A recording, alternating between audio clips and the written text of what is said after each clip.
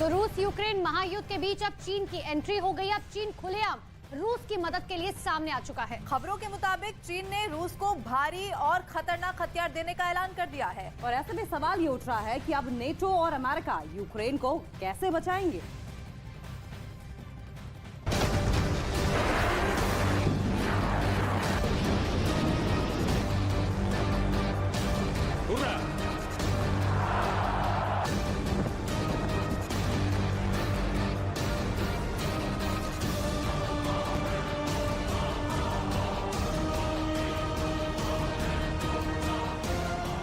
रूस यूक्रेन जंग में असली खेल तो अब शुरू हुआ है। जानकारों के मुताबिक चीन के राष्ट्रपति शी जिनपिंग ने रूस के राष्ट्रपति पुतिन से डंके की चोट पर कहा है कि रूस तुम जंग करो, चीन तुम्हारे साथ है।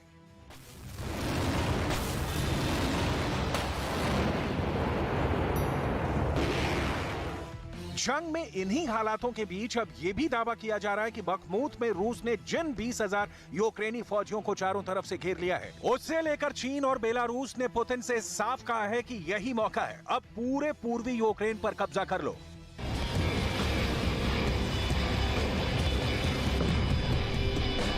दावा तो यहां तक किया जा रहा है कि चीन ने रूस के साथ मिलकर यूक्रेन से लेकर यूरोप तक हमला करने का मन बना लिया है। इसीलिए चीन रूस को अपने आत्मघाती ड्रोन ZT-180 देने जा रहा है।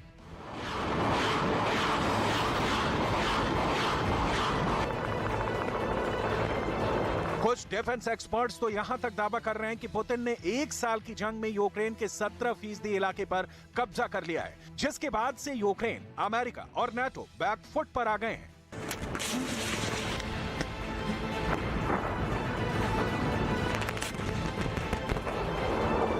आपको यह भी जानना जरूरी है कि आखिर क्यों अमेरिका के राष्ट्रपति बाइडेन ने यूक्रेन का 20% हिस्सा रूस को देने की सीक्रेट डील की थी, जिसे पुतिन ने सिरे से खारिज कर दिया था।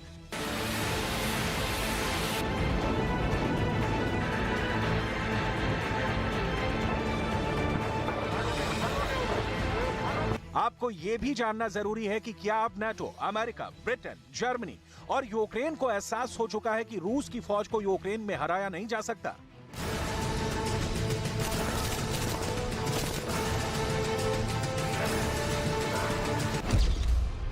जम कर लड़ो रूस, चीन तुम्हारे साथ है। 1 साल से ज्यादा की जंग में रूस के भले अब तक 1.5 लाख सैनिक मारे जा चुके हों, लेकिन अभी तक पुतिन ने एक भी इशारा नहीं किया है कि रूस जंग रोकना चाहता है। पुतिन तो यूक्रेन, नाटो और अमेरिका को हराने के लिए हुर्रे हुर्रे के नारे लगा रहे हैं। हुर्रा!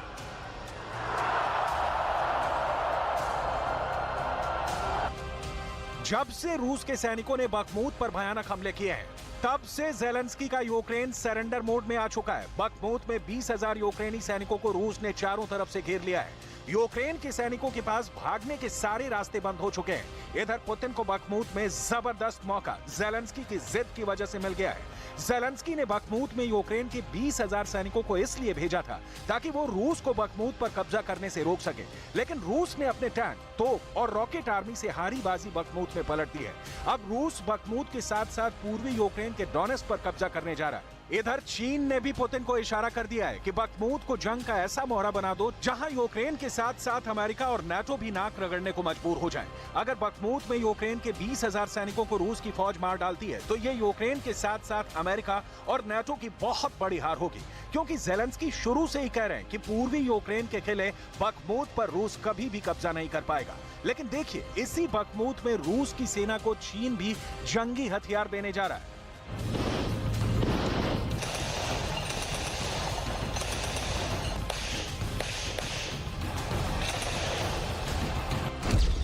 जम कर लड़ो रूस, चीन तुम्हारे साथ है। जीत रहा है रूस, हथियार देगा चीन। खबर के मुताबिक चीन रूस को 1800 किलोमीटर तक मार करने वाला घातक ड्रोन देने जा रहा है। अमेरिका का आरोप है कि चीन रूस को ZT-180 ड्रोन देने जा रहा है। दावा किया जा रहा है कि पुतिन चीन के आत्मघाती ड्रोन ZT-180 से यूक्रेन की राजधानी कीव पर हमला करना चाहते हैं। डिफेंस एक्सपर्ट्स के मुताबिक चीन रूस को 100 की संख्या में ZT-180 आत्मघाती ड्रोन देगा। ZT-180 ड्रोन से 50 किलोग्राम के बम के साथ 1800 किलोमीटर दूर तक टारगेट को उड़ाया जा सकता है। चीन का ZT-180 ड्रोन बेहद घातक माना जाता है। ये लगातार 10 घंटे तक उड़ सकता है। डिफेंस एक्सपर्ट्स के मुताबिक चीन अब जंग में रूस का खुले तौर पर साथ देने जा रहा है, जिसकी वजह से राष्ट्रपति ज़ेलेंस्की का यूक्रेन एक बुरी हार की तरफ बढ़ रहा है। जम कर लड़ो रूस, चीन तुम्हारे साथ है। पिछले 3 हफ्ते से रूस ने यूक्रेन के Bakhmut, Crimea, Donbas, Donetsk, Kherson, Kharkiv और ज़पोरिज़िया पर हमले बेहद तेज कर दिए हैं। इस वक्त यूक्रेन के खिलाफ रूस के 2.5 लाख सैनिक जंग कर रहे हैं, जिसकी वजह से पूर्वी यूक्रेन का इलाका रूस के खूनी हमलों से चीख रहा है। Бахмут россияне пытаются окружить. Пытаются уже несколько месяцев, безуспешно. Но, тем не менее, есть некоторые положительные моменты для них. Они с юга мы их остановили, а с севера они все-таки пробиваются, пытаются окружить с севера, с северо-запада Бахмут. Пока не подошли и не перерезали сухопутный коридор, в Бахмут, бахмутскому гарнизону ничего не угрожает. Сам по себе Бахмут это... जीत रहा है रूस, हार रहा नाटो। अब ऐसे हालात में यूक्रेन को नाटो, अमेरिका और पश्चिमी देश कैसे बचाएंगे, ये वाकई में बहुत बड़ी चुनौती बन चुकी है। इसीलिए बार बार रूस पर दबाव बनाने और बहलाने की कोशिश हो रही है। और पिछले 2 महीने में अमेरिका और नेटो रूस को डराने के लिए हर संभव कोशिश करते हुए नजर आए, लेकिन कामयाबी नहीं मिल पाई। आलम यह है कि रूस ने बखमूत में यूक्रेन के 20,000 सैनिकों को घेर रखा है और ऐसे में सवाल ये उठता है कि क्या ज़ेलेंस्की कमांडर सरेंडर कर देंगे।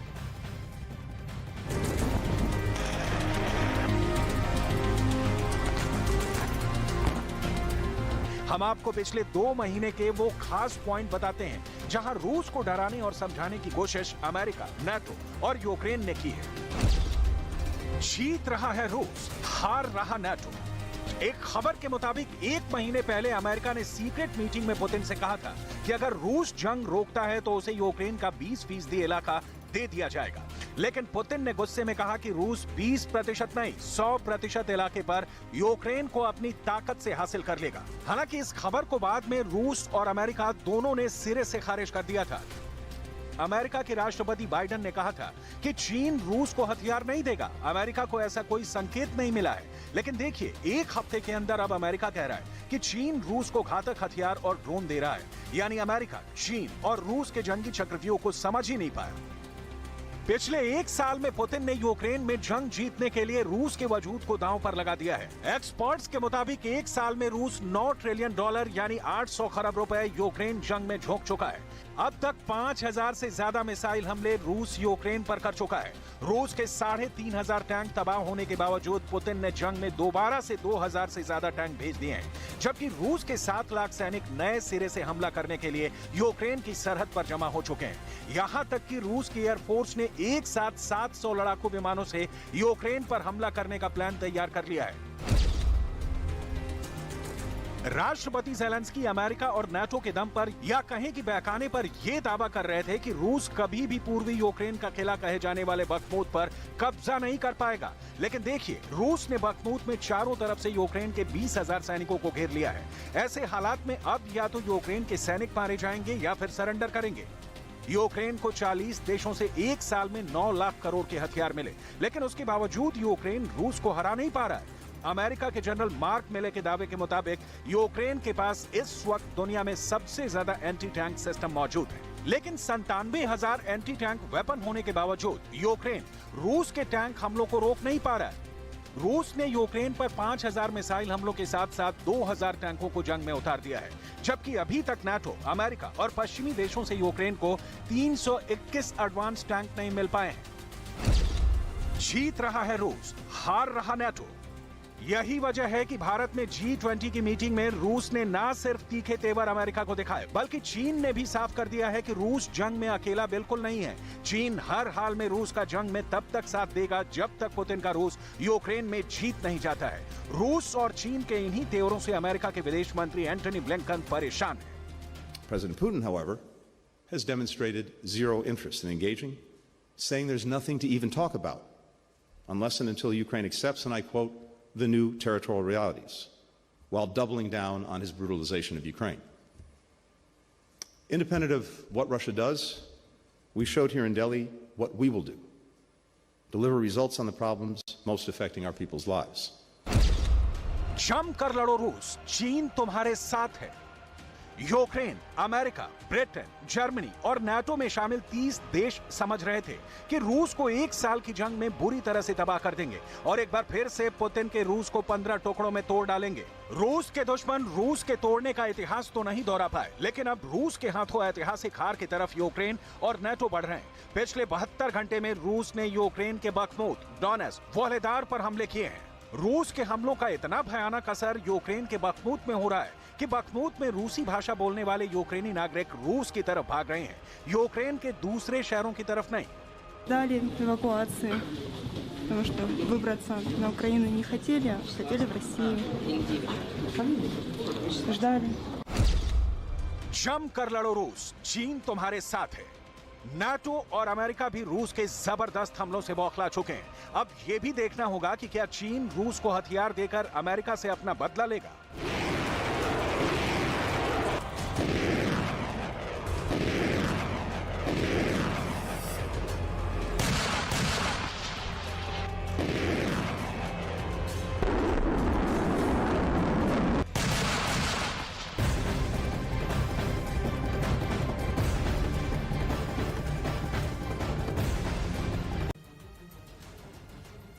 तो उमेश पाल हत्याकांड से जुड़ी हुई ये बड़ी खबर आपको बता रहे सूत्रों के हवाले से। इस वक्त इस हत्याकांड से जुड़ी हुई ये बहुत बड़ी जानकारी मिल रही है। अतीक अहमद का बेटा है असद अहमद, और असद अहमद की गिरफ्तारी के लिए पुलिस और एसटीएफ ताबड़तोड़ अलग अलग जगहों पर छापेमारी कर रही है। अब खबर ये भी है कि असद अहमद सरेंडर करने की भी कोशिश कर रहा है और इसीलिए असद अहमद प्रयागराज में ही छिपा हुआ है, लेकिन पुलिस की ओर से भी लगातार कोशिश की जा रही है कि जल्द से जल्द इसे पकड़ लिया जाए।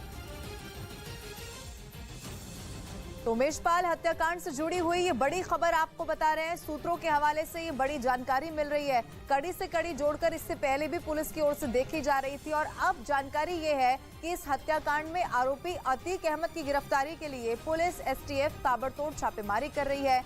और इसके अलावा खबर ये भी है कि जो मुख्य आरोपी है वो यहाँ पर सरेंडर कर सकता है।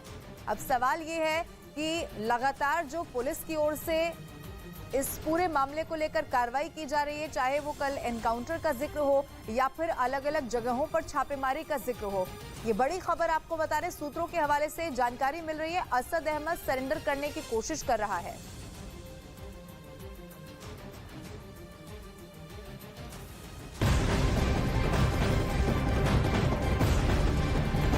और प्रयागराज से इस वक्त की एक और बड़ी खबर आपको बता दें। उमेश पाल हत्याकांड में पुलिस ने एनकाउंटर में मारे गए आरोपी अरबाज को लेकर बड़ा पर्दाफाश कर दिया है। पुलिस के मुताबिक अरबाज अतीक अहमद के बेहद करीबी ड्राइवर आफाक का बेटा था और हत्याकांड वाले दिन सफेद रंग की जिस कार का इस्तेमाल हुआ था उससे अरबाज ही चला रहा था और कार अतीक अहमद गैंग के सक्रिय सदस्य नफीज अहमद की थी। तो ये बड़ी खबर पुत्र आफाक जो कि मल्लापुर थानापुरा मुफ्ती प्रयागराज का रहने वाला है, पहले घायल हुआ तथा इसके पास से 32 बोर की पिस्टल बरामद हुई है। इस पे आरोप है कि घटना के दिन जो क्रेटा गाड़ी इस्तेमाल हुई थी उसका यह ड्राइवर था तथा प्रयागराज में हुए उमेश पाल हत्याकांड में शामिल एक आरोपी को पुलिस ने मुठभेड़ में ढेर कर दिया। आरोप है कि उसने मुठभेड़ के दौरान पुलिस वालों पर गोलियां चलाई, जिसके बाद पुलिस ने उसे जवाबी फायरिंग में ढेर कर दिया। पुलिस ने यहां पर एक बड़ी कार्रवाई की है। पहले आरोपी अरबाज को ढेर किया। पुलिस के मुताबिक जिस आरोपी को मार गिराया गया वो उमेश पाल हत्याकांड के बाद से ही फरार चल रहा था। उस दिन इसके द्वारा फायरिंग भी की गई थी। आरोप है कि अरबाज ने मुठभेड़ के दौरान पुलिस पर फायरिंग की, जिसमें धूमनगंज थाने के एसएचओ राजेश कुमार मौर्य घायल हो गए। बीते शुक्रवार को प्रयागराज में उमेश पाल की कुछ बदमाशों ने गोली मारकर हत्या कर दी थी। उमेश पाल साल 2005 में बीएसपी के नेता राजू पाल की हत्या के केस में मुख्य गवाह थे। पुलिस अब इस हत्याकांड से जुड़े बाकी आरोपियों की तलाश में जुट गई।